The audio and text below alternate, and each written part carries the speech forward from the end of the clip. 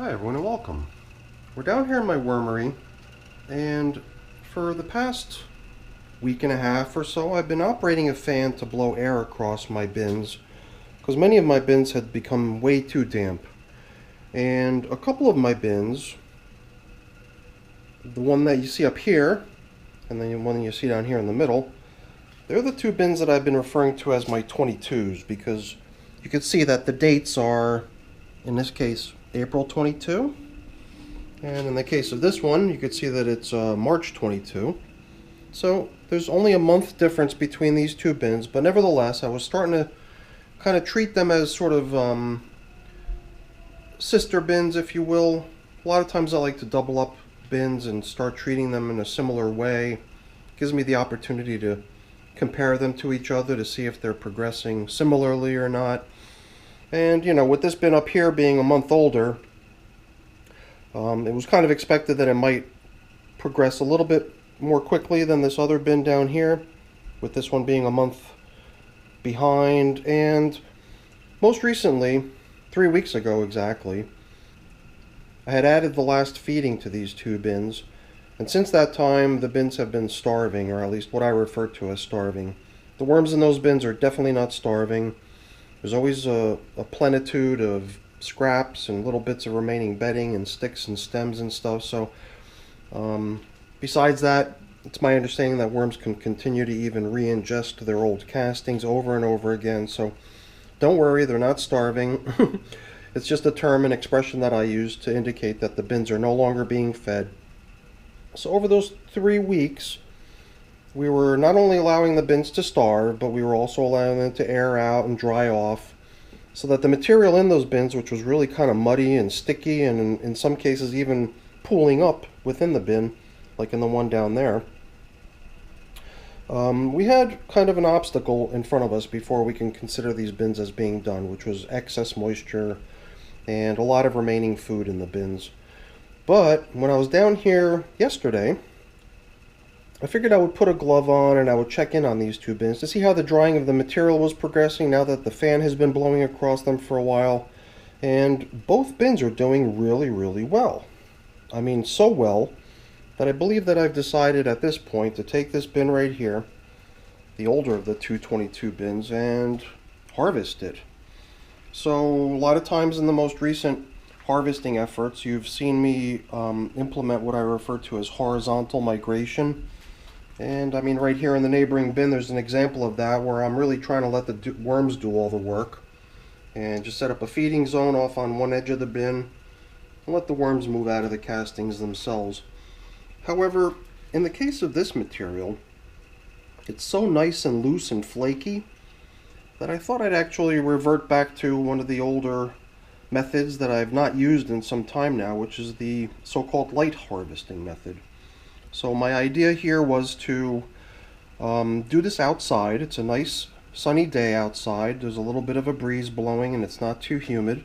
So I thought I'd take this bin outside and take my screen with me, and I'd proceed with trying to extract the worms from here, and at the same time separate them from their castings and give the castings a good screening.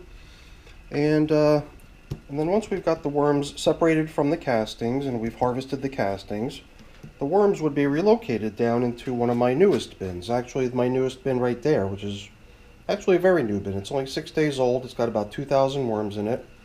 So taking whatever worms are in this bin here and moving them down into there is going to give that population in that bin a nice boost. So you may have seen that this was up here next to this bin, and it's just showing us that this bin has now been in service for 134 days since the 22nd of March, and that the target for the worms that get moved out of it once we harvest is the newest of my bins, which was actually fed earlier today in a different video. Why don't we move this bin outside so we can proceed with the harvesting. So we're out here in my garden now, and what a nice day it is. And you know, I think I'm going to be retiring this bin after today, because with all this cracking happening here, it's a wonder that the handle is still in place. So out here on the table in front of me, besides the worm bin that we're going to be harvesting, is my screening mechanism. It's really two buckets, one a slightly smaller one, the yellow one, fit really loosely inside of the red one. So I grabbed the saw and I hacked off the bottom of it. And I think you'll recognize from its color that the other half of it is over here. And I use that just to throw everything into it. Once I've screened the material, I just take all that stuff that didn't go through the screen and I place it into this little yellow tub.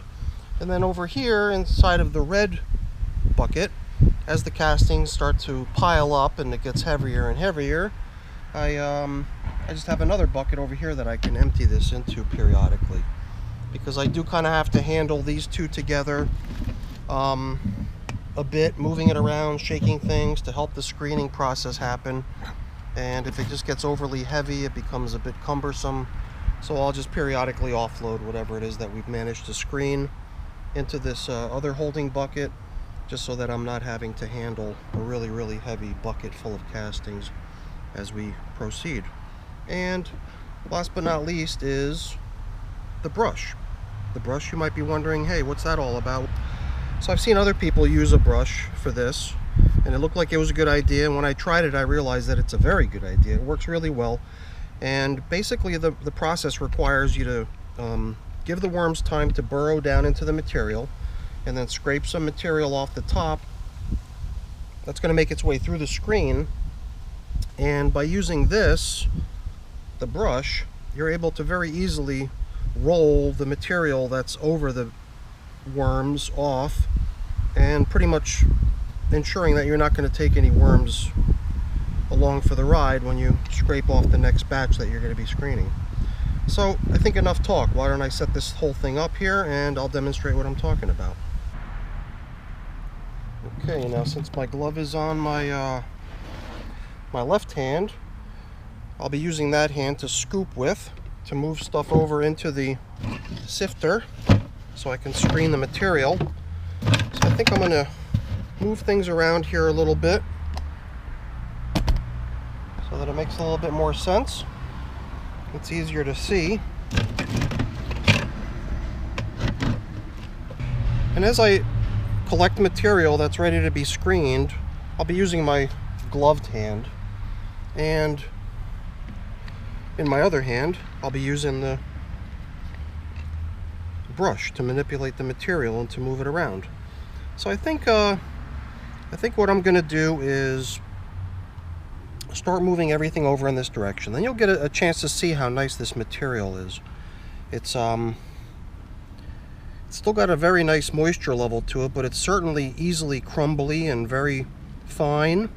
And I believe once it gets into that sifter, it's going to fall right through effortlessly. And as a result, hopefully some of these larger bits of debris will remain behind in the screen, so that all we'll be left with is some nice rich castings.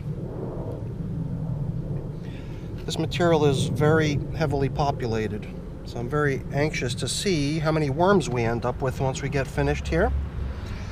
Here and there we are going to need to give this material a moment or two between siftings to let the worms make their way down into the material,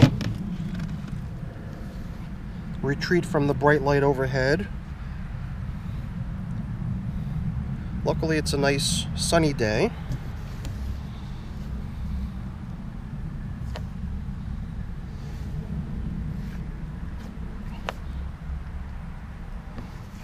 And all I'm really trying to do down here is create myself a little bit of an opening. And down here in the hole is where I'm going to be scraping the worm-free castings so that I can scoop it out and screen it. So the first thing we're going to need to do is just give this a moment or two to allow any of the worms that are near the surface to sense the light and retreat down into the compost. In the meantime, I'm going to try to set this up in a way that I don't have to worry about it flying off the table here. So I'm just going to place something heavy behind the bucket so that it can't slide away as I occasionally push down on it. So I'm going to grab myself a brick to place behind that bucket. But luckily I have some of these really nice big heavy decorative bricks, which should do a great job holding this bucket in place, even if I apply a little bit of pressure to it as we move along here. So I think without further ado, we're going to start into this and see how we fare. So the idea here now is to use the soft bristles of the brush to dislodge some of these castings off of the surface. And as soon as you spot a worm like this little guy here, you don't scrape again there. You want to give that little guy a chance to either retreat, or maybe you just move him away on your own. Now, in theory, all that stuff that I just scraped off the top should be worm free, because the worms that were near the surface should have sensed the daylight and made their way down into the safety of the material. So this stuff I'll simply place into the screen. And I'm not going to go shaking this and jostling it right away. I'll collect enough into there that I can do it in a good amount. Or I'll just go until the point where I start to see an abundance of worms over here, and then I'll know that I just need a little bit more time for the worms to retreat out of the material. In the past, I've always just used my hand to do this scraping, but it does seem like the very soft resistance that the bristles of the brush provides, and the fact that it gives quite readily if it does hit something, it seems like it's a really nice way to do it.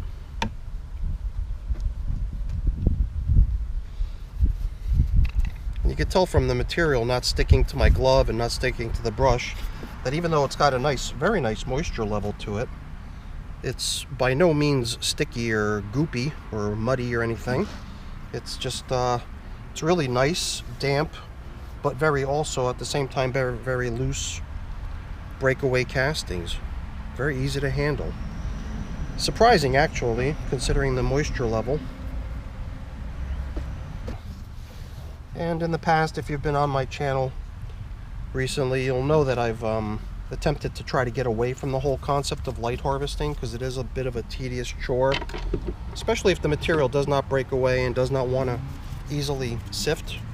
But I think with this material here, let's give it a go and see what we get. If we start shaking this around a bit, I believe for the most part,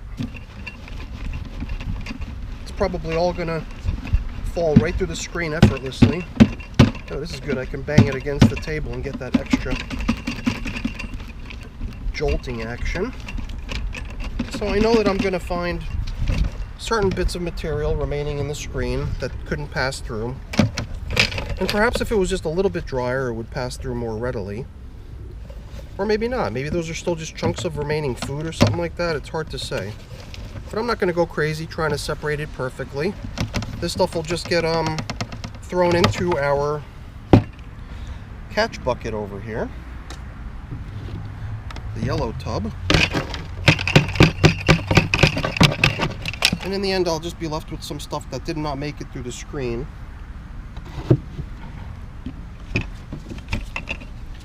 And that stuff can just make its way back into another active bin so it can continue breaking down.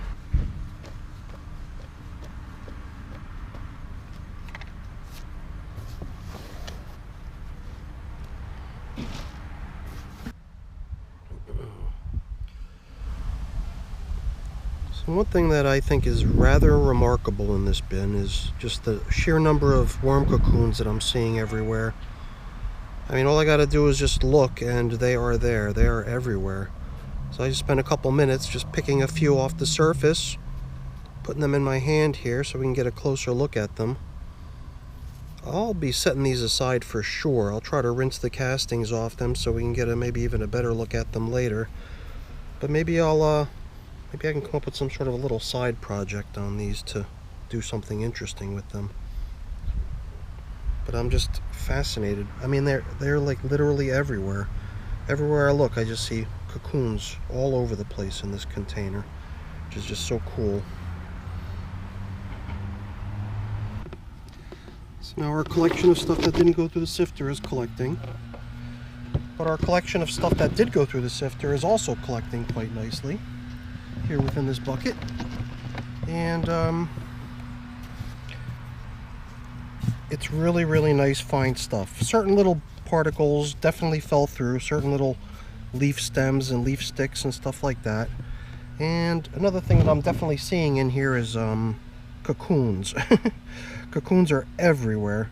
So I've been picking them off along the way, but they're definitely small enough to go through my sifter, and they're definitely in the castings. So I'm not sure if these are going to be able to be considered as finished castings, or these might just be best left to sort of mature for a while so that all these cocoons could hatch, and then we could try rounding up those cocoons. I mean, I'm not in a hurry to get these castings into the garden. I've got another batch of them inside that I could use. So maybe that'll be the next phase for this material, is for it to just sit for a while, age a little bit, and see what we get out of all these cocoons.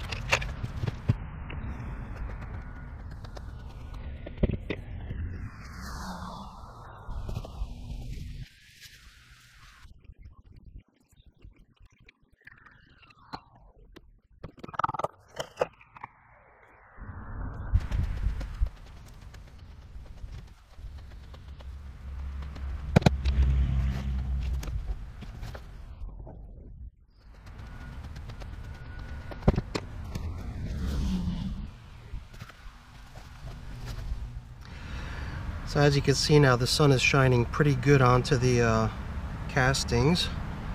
It's really giving me a much easier view of where the cocoons are, and they are just all over the place. So it's kind of slowing me down because I just can't seem to resist picking everyone off that I see.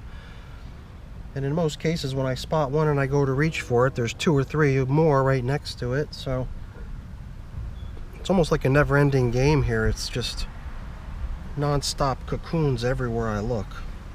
It's quite incredible. So I'm curious to see what my little collection of cocoons is going to look like in the end. And I guess in the meantime I'll just get a little bit of a suntan too while I'm out here in the bright sunlight. And I guess the bright sunlight will also help drive the worms down out of the material, so that at some point I can get back to skimming more off and screening more off if I can get past the distraction of all the cocoons. So now, since the sun is overhead, I might take a few minutes break. But you know what I'm going to do is I'm going to try to use more of this surface area here. I only need a little section where I can scoop out of, but it would be nice if I had a greater surface area here for the material to be exposed to the overhead sunlight, so that it would drive the worms down into the material. So I'm just going to rearrange things here to increase the overall surface area that I'm skimming. Naturally, we're going to need to give these little guys a little chance to get back down into the material before I get the brush back out. But while they're doing that, I'm just going to take a little break.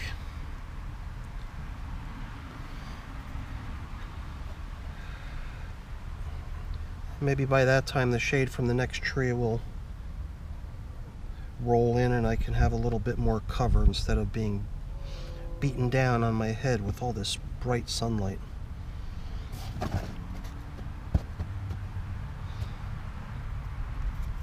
Okay, break time. Alright, well, you can see now that the sun has passed over a little bit. So I'm in shade again. It's much more comfortable.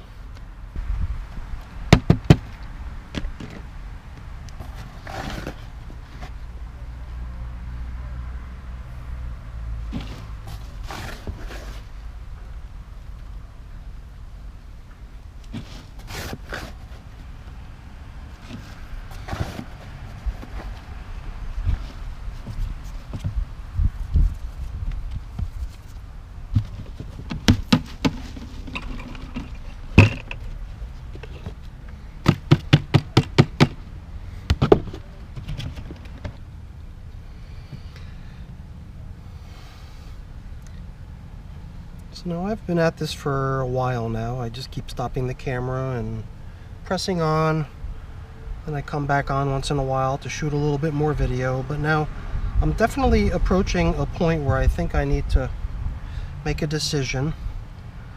And you know, I can really try really hard to give these worms a whole bunch of time to keep diving down, but you can see if I go down maybe an inch or so, I get to a section where there's just tons and tons of worms already. So I mean, it seems to me like if I just take a pile of castings like this, and if I just accept the fact that it will have a bunch of little baby worms in it still, then that's just fine, because you know, I think that I probably will be hanging on to this batch of collected castings for a while, since I know that it's just riddled with cocoons, and then I could just give this stuff some time for the babies to emerge from their cocoons, and any straggler worms that snuck by, they could really just continue to break the material down further.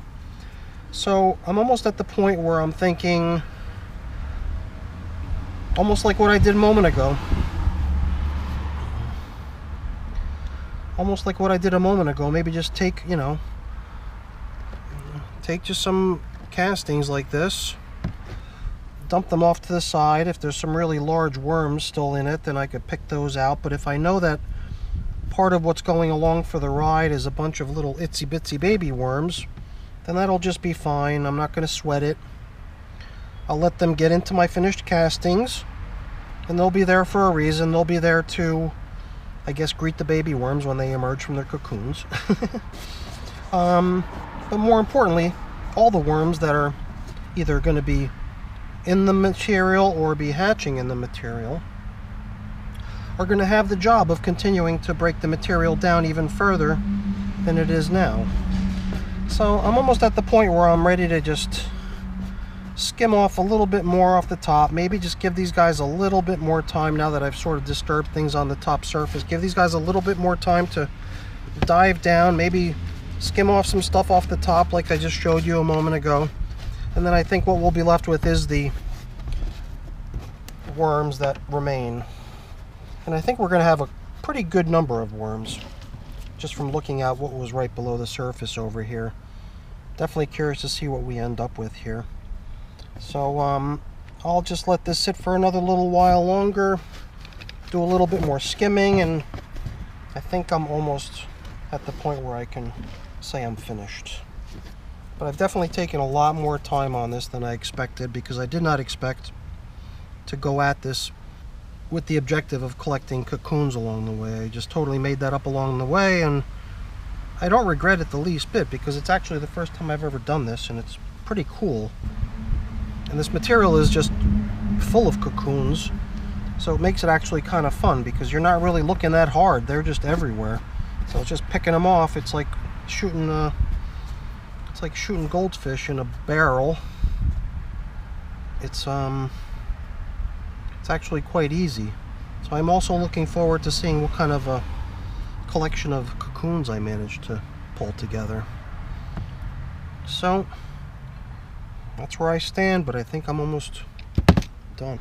Alright, so I've got to say the curiosity is killing me, and I know there's tons and tons of worms right below the surface here, so I think what I'm going to do is just in one fell swoop, I'm going to try to remove as many castings I can, not paying too much attention as to whether there's still a few straggler worms in it. But once I get down to the mass of big worms, that's what I'm just going to let them be for a little bit, let them dive down into their own pile, and that'll allow more and more casting material to surface. I know over here it was pretty evident that there was sort of a point where you can go down and then there was just worms only, so I think that right there is the point.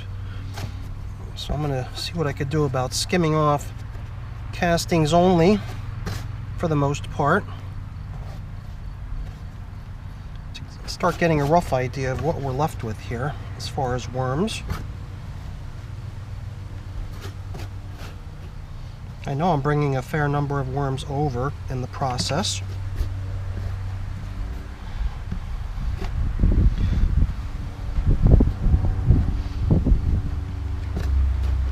But I think by having a really large number of them exposed to the daylight, what we're going to be left with is a large squirmy mass of worms that are all going to try to get down into whatever little bit of casting material remains around them. And then we'll start getting a better sense of how many worms were actually migrating here in this process.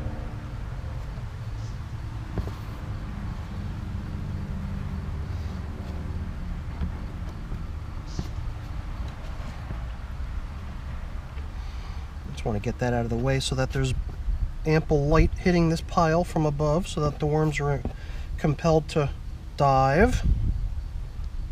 Maybe we can thin this pile out a little bit too to increase the surface area on the top to promote diving of more and more worms if possible.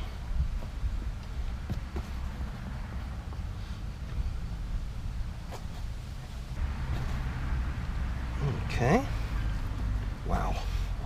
Now we're getting somewhere. Just going to move these little guys away from the edge if I can.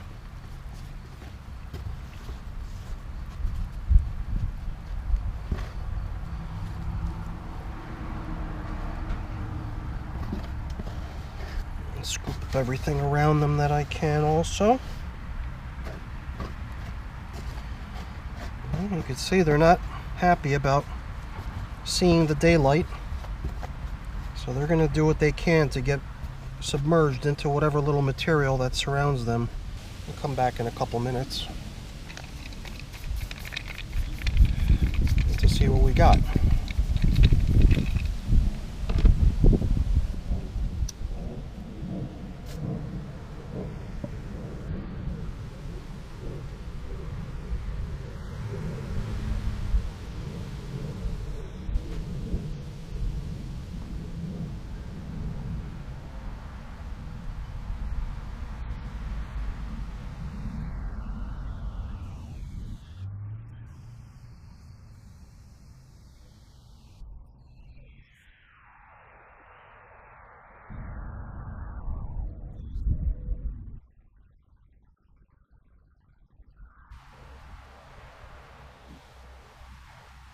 Guess I can come in here from time to time and try to skim off some of this material that they've abandoned.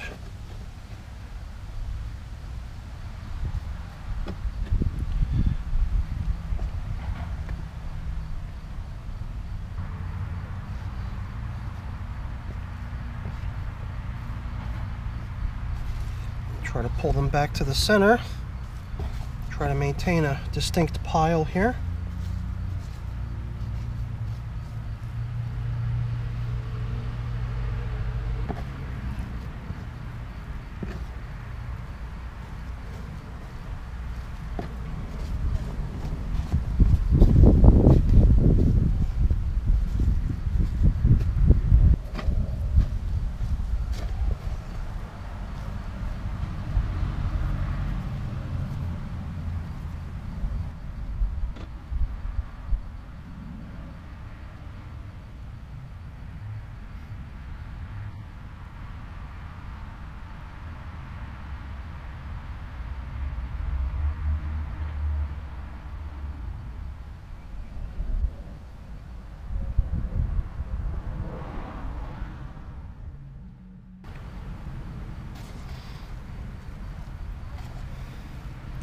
I'm starting to feel that the remaining castings in this pile are just a very small fraction of what remains.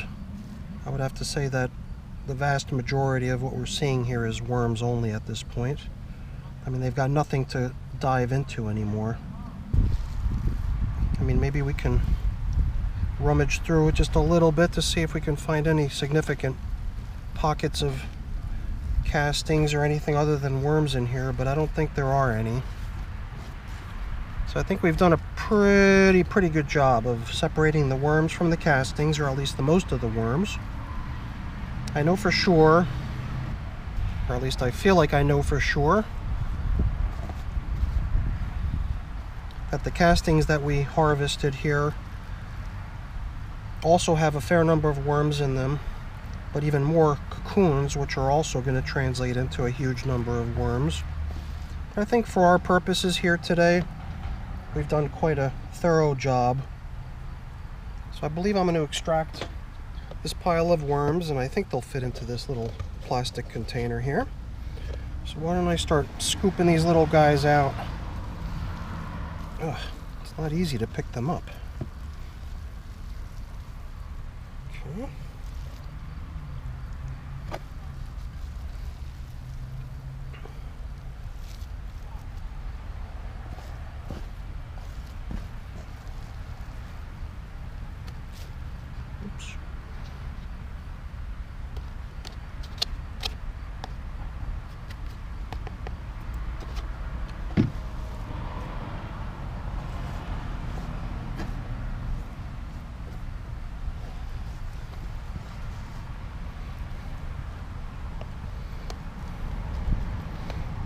Wow, that's a lot of worms.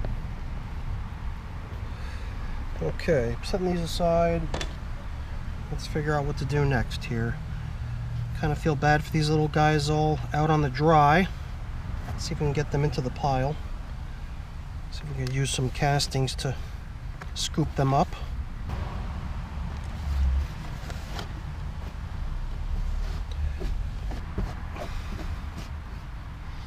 Kind of makes me wonder, if we were to do the same thing again, would we find another pile of worms underneath this heap? Somehow I don't think we have quite as many in this heap as we had in the other one. So I don't know, I'm very curious. Let's pull it away from the edge and see if we can get a sense of what's in here.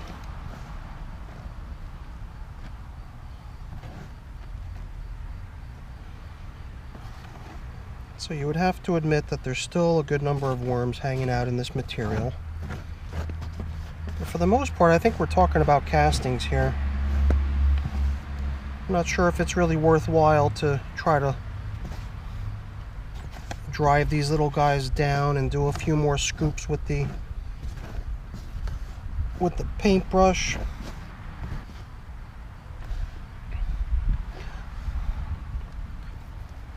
Now, let me scoop this stuff together a little bit.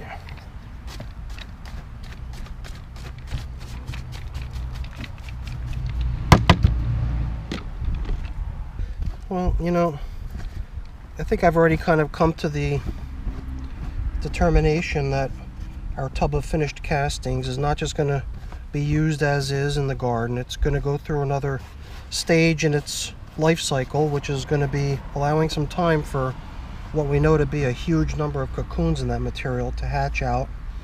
Let all those wormies be born and let them continue working down the material that's in the finished castings. So I think the worms that we've got in this little pile here are not going to be that big of a deal. I think we've already managed to round up probably the lion's share of what was in here as far as worms are concerned. So why don't I just go ahead and consider this as the remaining bit of finished castings to include in our collection, and then we can proceed to the next step. So I believe the next step is going to be to bring back our bucket of collected castings, and you can see it's a pretty good amount. It's almost halfway full. I'm not sure if this is a 5-gallon bucket or what. The next thing we'll do is we'll just take what remains in this composting tub and spill it over. So I feel bad for all the little baby worms that are still in this container. I think what I'm going to do is I'm going to take it over to the garden hose and rinse it out, just to give those little guys a chance at living.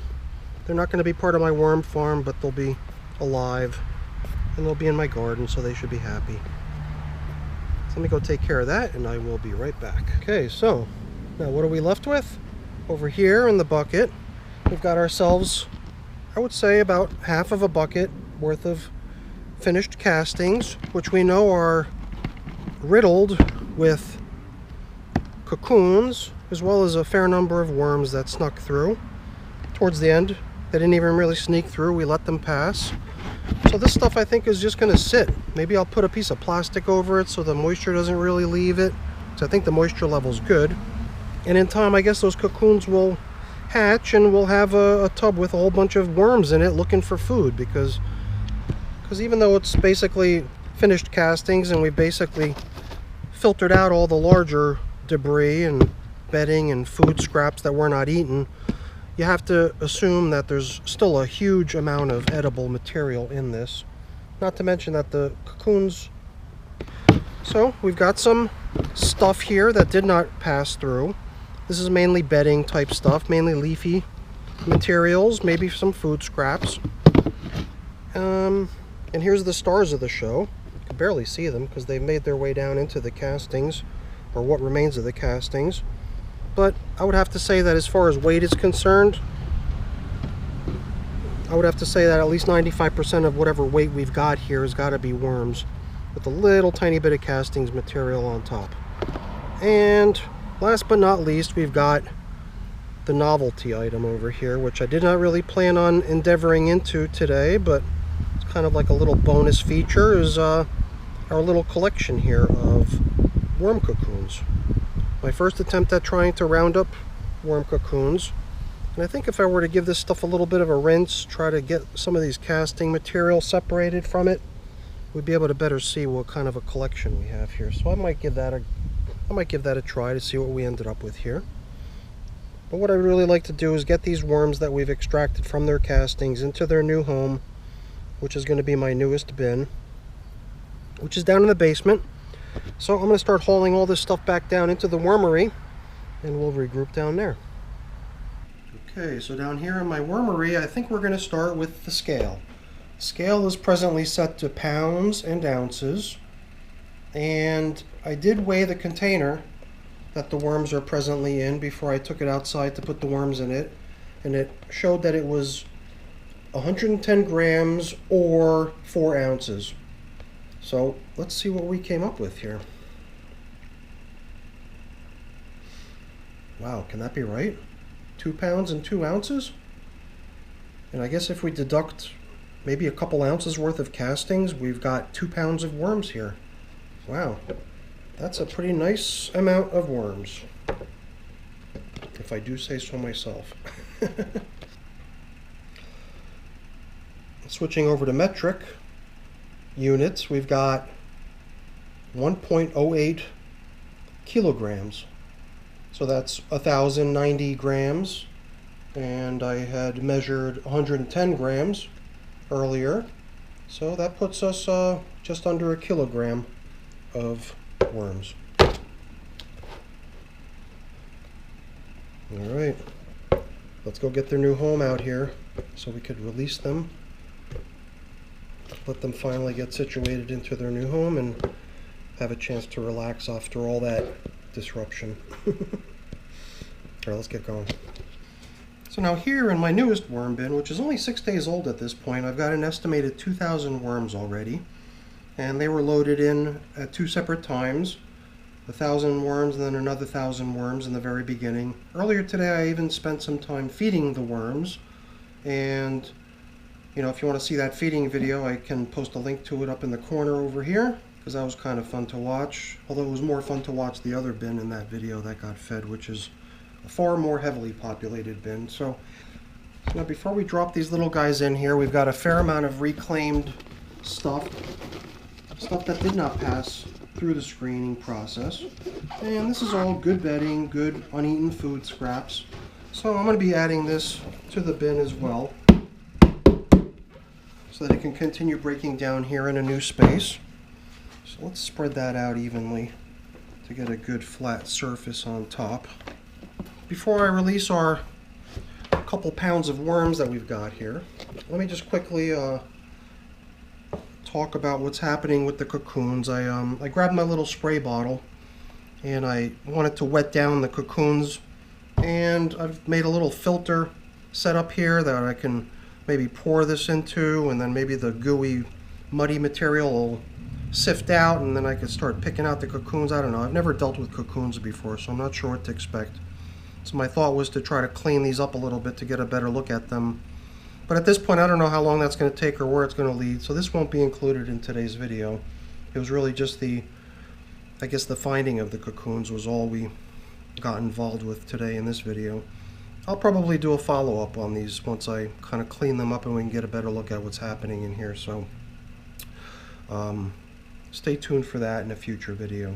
Let's move on to getting our worms released. Here goes nothing.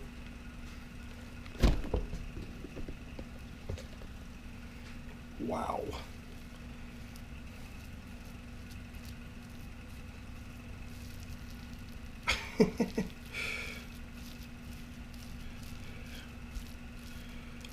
$2,000 worms, baby. Let's let them get situated.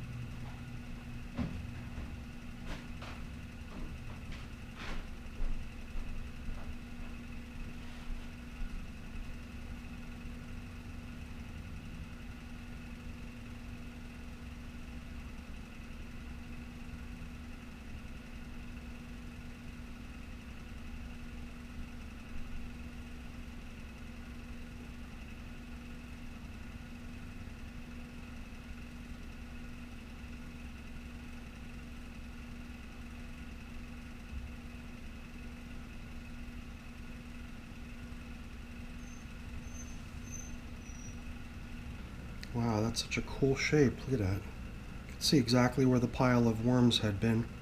I guess that's that little kind of slimy material that their bodies are covered with when they get into their defensive mode. So they probably weren't too happy about being cooped up in that tub and getting handled the way they were and being exposed to the sunlight and everything like that. So I'm sure they're happy to be finally below the surface of some nice cool material. Hopefully they'll find some delicious food that they can eat down within this bin. This bin just got fed today. So there's a whole bunch of cabbage right below the surface that they can feast on. But after 45 minutes, that's pretty neat to see that most of them have gone down. I still see a couple that are close to the surface. I'm kind of surprised they haven't all dived down by now. But I think we've subjected them to enough strain today. I think it's time to just cover them up, turn the lights off, and call it a day. So that was quite an adventure. Getting back to doing the light harvesting method, which is something I have not done in quite some time. So I guess every now and then it doesn't hurt to just brush up on your skills, to revisit certain harvesting techniques that you don't use that often. Now I could see why I've gravitated towards the horizontal migration method. It's just so much easier when you can let the worms make their way over on their own and then scoop out the castings afterwards. Alright everyone, I'm going to start covering up here. While we were waiting for these little guys to submerge under the surface, I've been already cleaning up a little bit, but I've still got a little bit of cleanup to do too, but I'm not going to bother you with that. That's boring. Let me quickly sign off and say thank you. Thank you so much for sticking with me. I hope you enjoyed the video. If you did, please remember to give me a quick thumbs up. That's always really appreciated. Also consider subscribing to the channel as well. That's really appreciated too. Alright everyone, thanks for watching. Have a great day. Bye now.